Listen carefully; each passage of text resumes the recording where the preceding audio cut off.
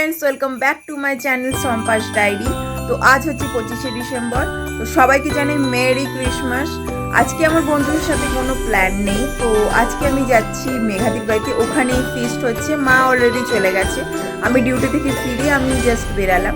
তো মেঘাদি হচ্ছে আমার দিদির বান্ধবী, ওখানেই ফিস্টটা হচ্ছে। তো তোমরা পুরো ব্লগটা দেখে যাবে। তো আমি আসার আগে চিকেন পকোড়া রেডি হয়ে গিয়েছিল, তারপরে আমরা কেটে নিলাম কেক।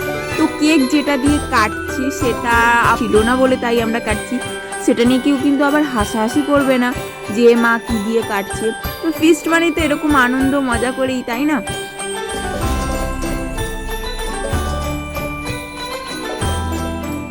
এই গোলাপটা দেখো কত সুন্দর, পুরো মাল্টি কালারের, দেখে মনে হবে না যে আসল গোলাপ।